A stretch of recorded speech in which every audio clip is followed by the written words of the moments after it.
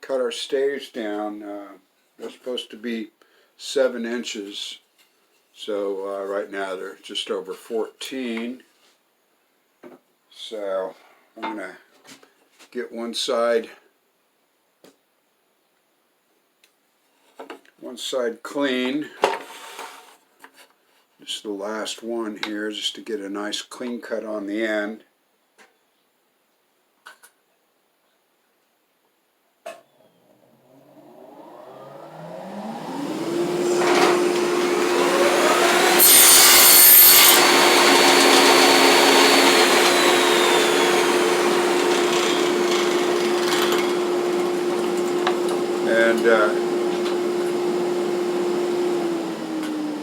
Now we've got this set up. I think I've got it set up to 7 inches. Let me make sure really quick. To the blade.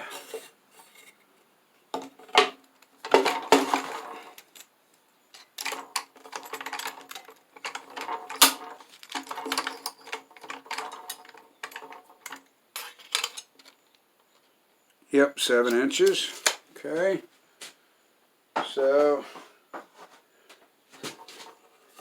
now we'll just use this to make sure that I've got everything the same length.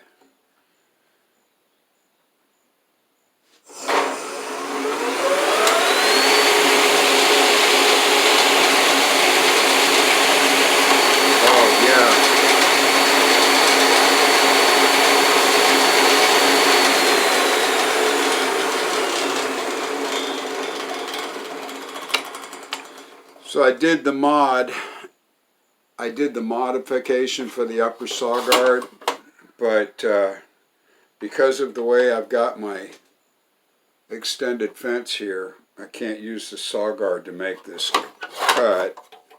But then it's not that critical either right now. I shouldn't say that. It is critical. It is. You should always use your guards.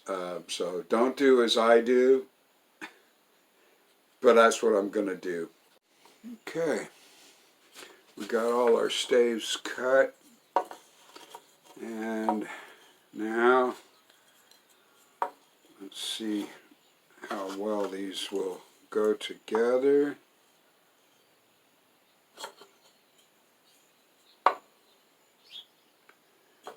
And once we do that, we'll start doing the glue up.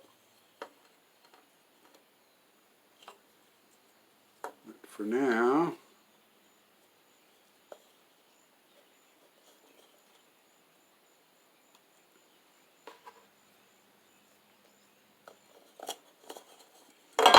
oops. This is always difficult. I've seen the blue tape that they've done before where they put tape down, and, but I can see I'm off a little bit, and that's why I made them a little bit longer, because or a little bit wider so that I can come in, but I do see a little gap on one side here. And that's probably because I didn't quite get 22.5 with my Wixie.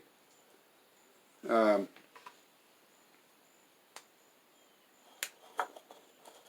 show you in a second what I'm talking about. It's not that bad, but I got some little gaps on the inside here. It looks like they'll go away. I'm pretty darn close.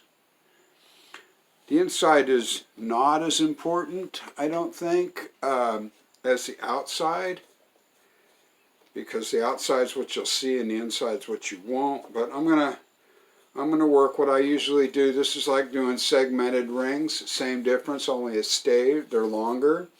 And what I usually do is I use my disc sander to go in and fine tune everything. But it's might not be too bad. I'll look at it a little closer as we go. But that's going to be the travel mug. And we get this all glued up. It says to do it half at a time, just like a segmented ring, which I agree. You glue up half, make two halves, and then you put it together on the final one, just to get it so that it's really nice and perfect and tight, because that's what you want. All right, YouTube. I'm gluing my staves up, and I'm doing two at a time, just to kind of keep the gaps down. So this is how I'm doing that, to set that all up. And I don't know how much you need to see me actually glue them, but I'm using just a Titebond 3. It's a darker color when it dries, the Bond 3, and it's also waterproof, because this thing, it's going to have latte in it. I'm sure it's going to be washed, so I'll put a polyurethane coating over it probably, but also I want the glue to be waterproof so it doesn't break down. So we'll get this all glued up. And I started looking at my chuck, but my jaws on the chuck, I can try to grab it from the inside, because these will expand out. But I'm kind of wondering if I really want to have it grabbed on the outside. So in order to do that, I have to use my my bowl. Oh, I forget what they call it now. It's it's an adapter for the chuck. I'll get the right name when I come back. But anyway, I'm going to put that on that to replace these jaws, because it can handle really wide stuff, and use that to start getting ready to turn this. Alright, so here's how the glue up goes.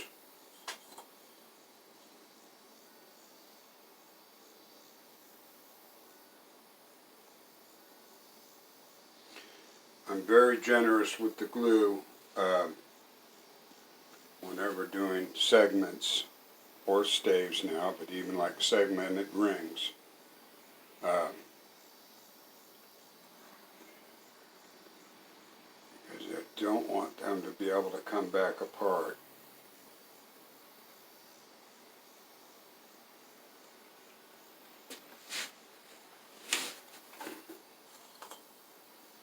So usually I end up with a bunch of squeeze out.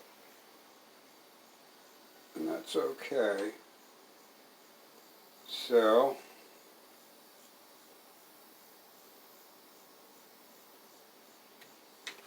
now we'll just take this and